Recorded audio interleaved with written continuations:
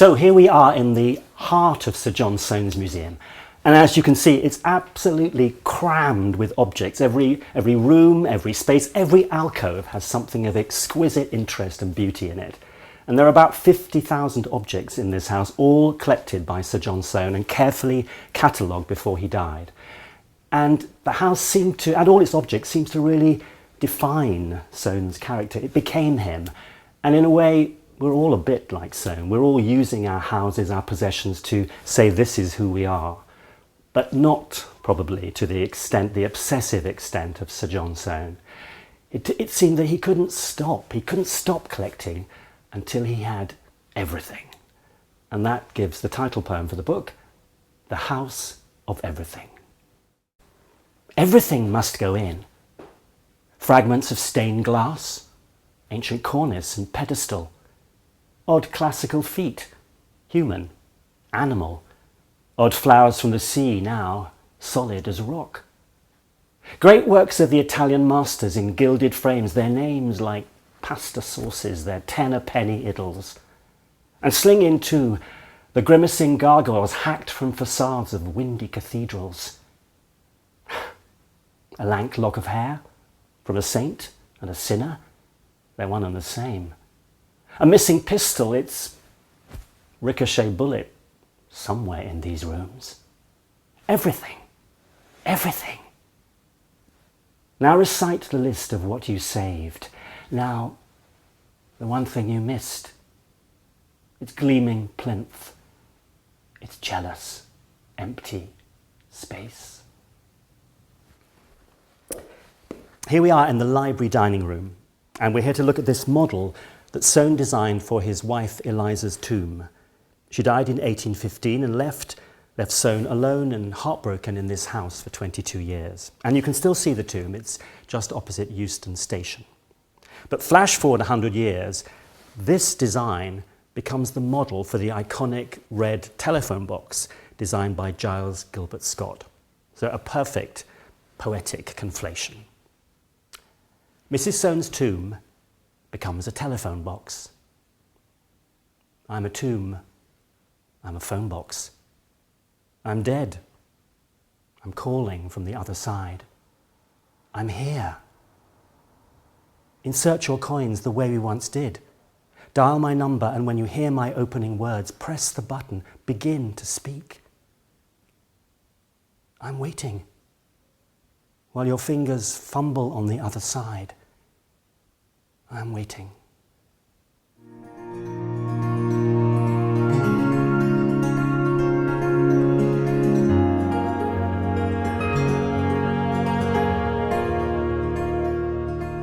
So here we are in the crypt, or more specifically, the sepulchral chamber.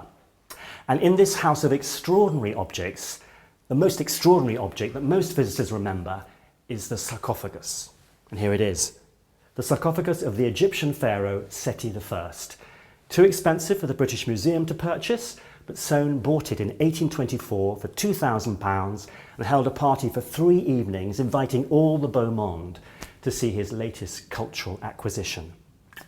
And it sits here like an extraordinary alabaster boat, waiting to sail away into the underworld, into the land of our imagination.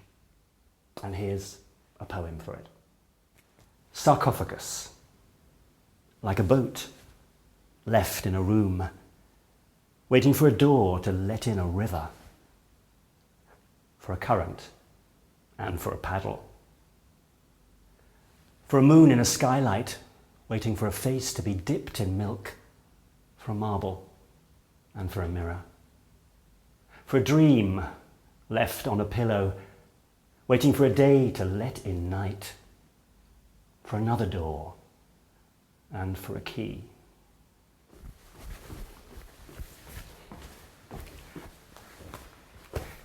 So here we are in the hallway to admire the wonderful cantilevered staircase that winds all the way up the body of the house. And you know, I was sort of in love with the word cantilever before I really even knew what it meant. And then I discovered what it meant, something that's engineered to float in air, seemingly, but is actually ballasted in time and space, which seemed a rather wonderful metaphor for the precarious way some of us live our lives. So here is Cantilevered. It's an act of will to believe in it. In fact, best not think about it at all. A little like breathing or falling in love. So simply walk the projecting treads in air, anchored at one end to the wall of the house, terra firma. And imagine every bridge, tower, football stadium built like this, as if they floated in air, and you floating with them. And imagine too that skater, stage name Mr. Frick, long-time performer with the Ice Follies spectacle, how he created the cantilever, his show-stopping moment, would flex his knees, bend right backwards, then skate in parallel to the ice. Oh, the cold rush of air, the wonder of almost, but not quite, touching.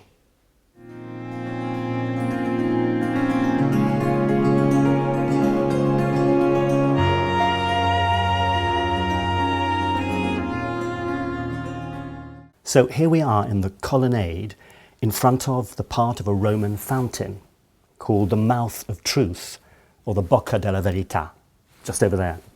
And it's very evocative of the one that was famously used in the film Roman Holiday, the 1953 film that made a star of the then unknown Audrey Hepburn.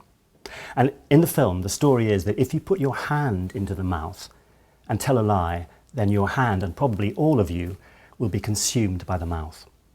So I thought I'd invite Audrey Hepburn and her co-star Gregory Peck into Sir John Soane's museum. Bocca della Verita, or the Mouth of Truth. Imagine Audrey here, escaping on her moped with Gregory Peck, beauty on the run, her princess accent, her wind-ruffled hair, doing the things that ordinary people do in 1950s Roma, eating gelato, dancing on the riverbank. The aching, sun-bleached, black and white glamour of it all. Then everything stopping. Her small, white hand slipped inside the dark, open mouth of the Bocca della Verita, just like the one here. And the gods, the saints, the dead celebrity in his alabaster boat, the severed hands and feet, the talking heads, all pause and listen, just like in the film. What is the forever truth? But then Gregory pulls back her small white hand, saves her from Soane, the dark gloating of memory. Time enough for that. There's Gregory's almost kiss coming closer. Jazz of second improvised on second, and the breath-stopping beauty of her here and now profile against the light. So here we are in a very dark and strange place. This is the monk's parlor, which is home to a completely fictitious, invented monk called Father John, or Padre Giovanni. And Soane built a house for him within his house and populated it with all these objects. And through a modern lens, you can see this stands for something dark and depressive in Soane's own nature, almost as if he'd created his own sense of haunting. So here's Padre Giovanni. I keep him there, in the dark side of the house. Place of winter walls and birdless song. I spy him through the amber glass, his regular to and fro paces on stone, his muttered prayers tipped into my ear, in a language I've tried so hard to forget. Sometimes I invite him to dine at my table. A place is laid for him on cool, crisp linen, my best silver and china taken out of store. But he never leaves his shuttered room. The fish on his plate watches me with its one glassy eye, parts its dead lips, won't speak a word. So here we are in the library dining room again, painted this amazing Pompeian red colour. And the story is that Soane went on his big grand tour when a young man, visiting all the cultural sites of Europe, including Pompeii. And while he was there, he picked up a small piece of red plaster, thinking perhaps, maybe years hence, he would create a room like this in a colour like that. And of course, we all do that a little bit. We all memory make. We all create and conjure our spaces and hold them there in our memories. But now, of course, you can have colours however you wish at the touch of a button through the Pantone colour system. And this next poem makes reference to that Pantone system. Here is Pompeian Red. It's Pantone 18-1658 TCX. Easy to order now.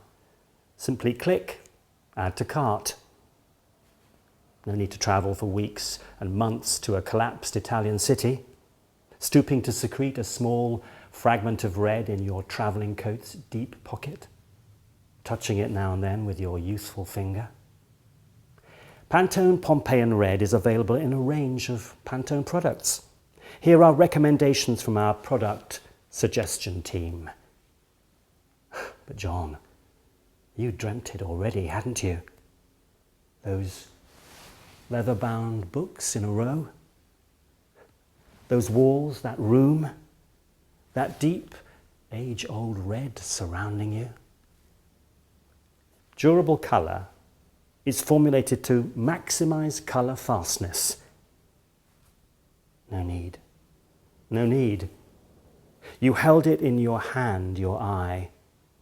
Years passed, and that city rose, resplendent red, out of your keen and purposeful remembering.